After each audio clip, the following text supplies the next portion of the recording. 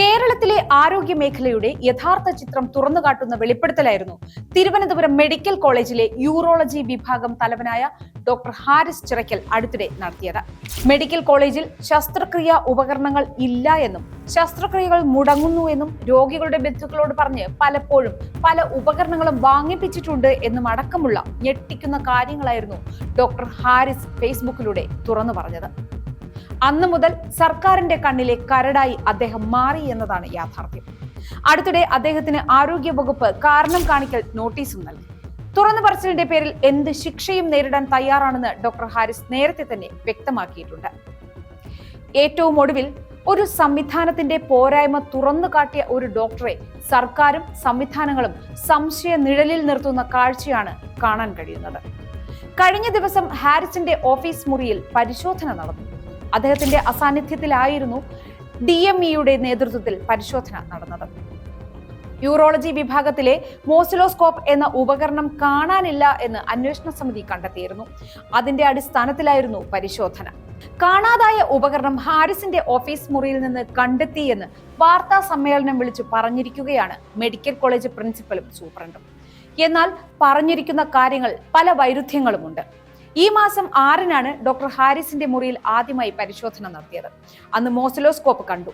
പിന്നീട് കഴിഞ്ഞ ദിവസം വിദഗ്ധ ഡോക്ടർമാരുടെ സാന്നിധ്യത്തിൽ വീണ്ടും മുറി തുറന്ന് പരിശോധന നടത്തി. അപ്പോൾ മറ്റൊരു ബോക്സും അതിൽ ബില്ലുകളും കണ്ടു. ഓഗസ്റ്റ് 2-ന് ഉപകരണം വാങ്ങിയതിന്റെ ബില്ലാണ് അതിലുള്ളത്. ഇന്നലെ നടത്തിയ പരിശോധനയ്ക്കിടെ ചില അസ്വാഭാവികതകൾ കണ്ടെത്തി. പുതുതായി കണ്ടെത്തിയ ഉപകരണത്തിന്റെ ഫോട്ടോ പഴയ ഫോട്ടോയുമായി മാച്ച് ചെയ്യുന്നില്ല.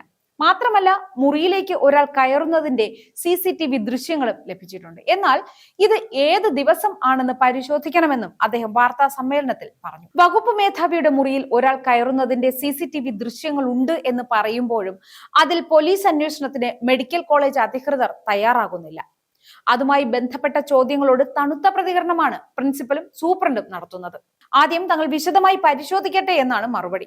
മുറിയിൽ നിന്ന് ഇങ്ങനെ ഉപകരണം കണ്ടെത്തി എന്ന കാര്യം അധികാരിയായ ഡോക്ടർ ഹാരിസിനെ ഇവർ അറിയിച്ചിട്ടുമില്ല. വിവാദങ്ങൾക്ക് പിന്നാലെ ഡോക്ടർ ഹാരിസ് അവധിയിൽ പോയതിനാൽ മുറിയുടെ താക്കോൽ മറ്റൊരു ഡോക്ടറായ ടോണിയുടെ കയ്യിലാണ്. എന്നാൽ ഡോക്ടർ ടോണിയെ ഇവർക്ക് സംശയമില്ല. സംശയം മുഴുവൻ നീളുന്നത് ഡോക്ടർ ഹാരിസിന്റെ നേർക്കാണ്. പരിശോധന മുഴുവൻ നടത്തി മുറി പുതിയ താഴിട്ട് പൂട്ടിയാണ് സംഘം മടങ്ങിയത്. ഇക്കാര്യം ചൂണ്ടിക്കാട്ടി ഡോക്ടർ ഹാരിസ് കഴിഞ്ഞ ദിവസം തന്നെ KGMCTക്ക് കത്തയച്ചിരുന്നു. പരിശോധനയിൽ ഗൂഢാലോചനയുണ്ട് എന്നും തന്നെ കുടുക്കാനും വ്യക്തിപരമായി ആക്രമിക്കാനും ശ്രമം നടക്കുകയാണ് എന്നും ഈ കത്തിൽ പറഞ്ഞിരുന്നു. മോസിലോസ്കോപ്പ് കാണാനില്ല എന്ന അന്വേഷണ സമിതിയുടെ റിപ്പോർട്ട് അന്നു തന്നെ ഡോക്ടർ ഹാരിസ് തള്ളിയിരുന്നു. ഉപകരണം മെഡിക്കൽ കോളേജിൽ തന്നെ ഉണ്ട് എന്ന് അദ്ദേഹം വ്യക്തമാക്കുകയും ചെയ്തിരുന്നു. ഡോക്ടർ ഹാരിസ് ഉന്നയിച്ച ഗുരുതരമായ വിഷയത്തെ അഡ്രസ് ചെയ്യാതെ അദ്ദേഹത്തെ മറ്റു വഴികളിലൂടെ വേട്ടയാടി പ്രതികാരം തീർക്കുന്ന സമീപനമാണ് സർക്കാർ ഇപ്പോൾ സ്വീകരിക്കുന്നത്. ഹാരിസ് ശ്രദ്ധയിൽപ്പെടുത്തിയത് ചെറിയ പ്രശ്നമാണെന്നും നല്ല നിലയിൽ നടക്കുന്ന സ്ഥാപനമാണ് മെഡിക്കൽ കോളേജ് എന്നുമാണ് പ്രിൻസിപ്പലും സൂപ്രണ്ടും വാർത്താ സമ്മേളനത്തിൽ പറഞ്ഞത്. മാത്രവുമല്ല, മുകളിലുള്ള ആരുടെയോ നിർദ്ദേശപ്രകാരമാണ് വാർത്താ സമ്മേളനം നടത്തിയതെന്നും വ്യക്തമാണ്.